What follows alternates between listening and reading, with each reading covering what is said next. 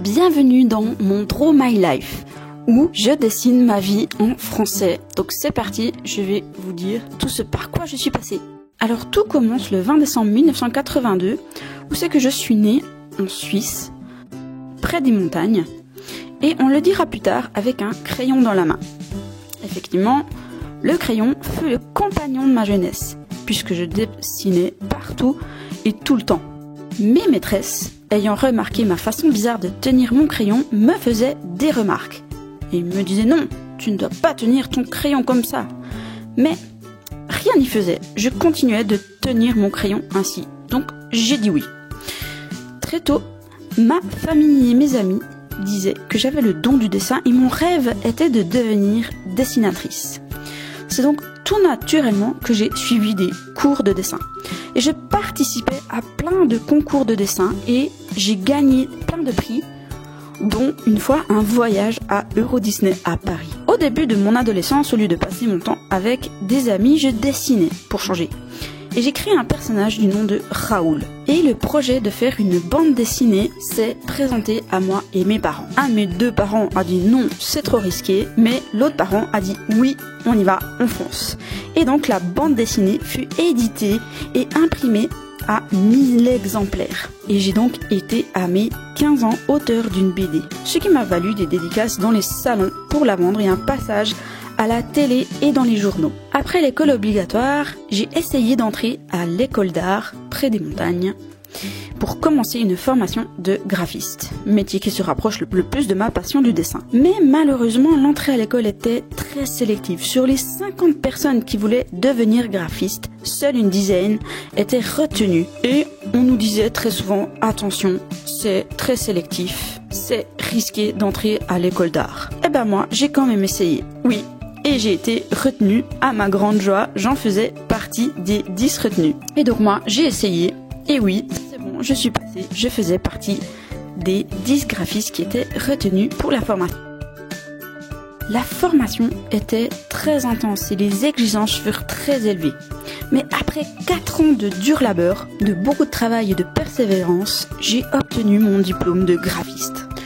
Mon diplôme en poche, j'ai commencé à faire des recherches d'emploi dans des entreprises qui me disaient non, c'est pas grave.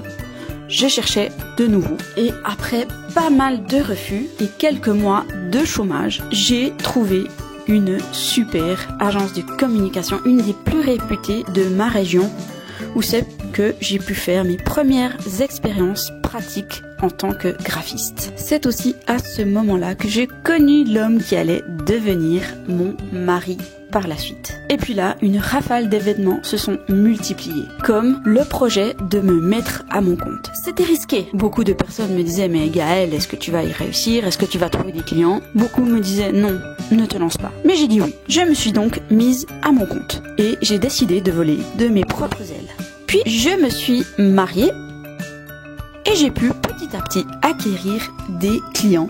Et c'est là que j'ai attendu mon premier enfant.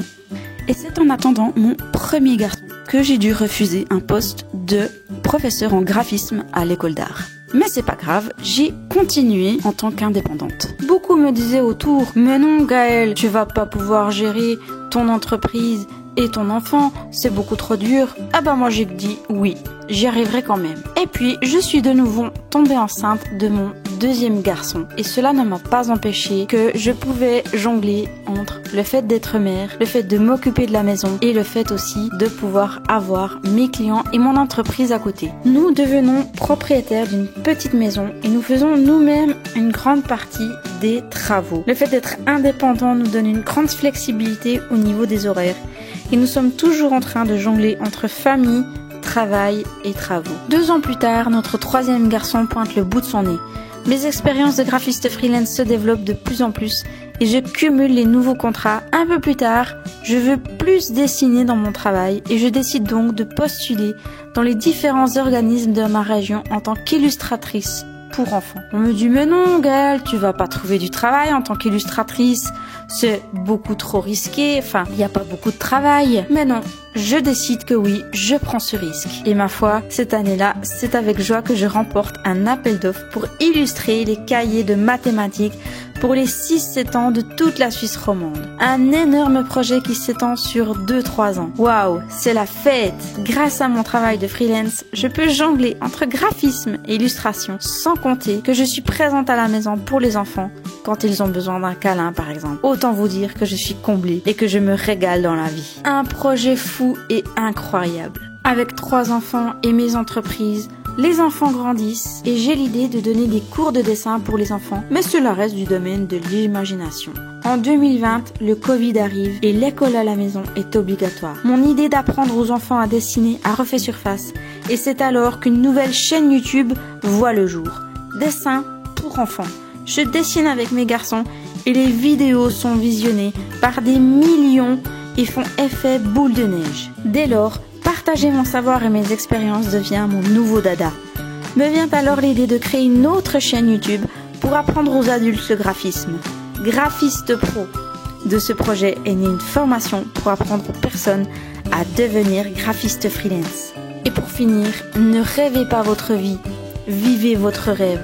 Je dis merci à la vie qui me permet de faire un travail qui me plaît, tout en étant une mère et une épouse comblée. Même si les personnes autour de vous vous disent que vous rêvez trop grand, dites-leur non et vous dites oui à la vie. Merci à la vie et merci aussi à vous qui avez visionné cette vidéo. Si vous débutez dans le graphisme, j'écris une formation gratuite sur les bases pour devenir graphiste freelance. Elle se trouve sur le premier lien dans la description ci-dessous. Et sur ce, je vous dis à bientôt dans une prochaine vidéo. Ciao!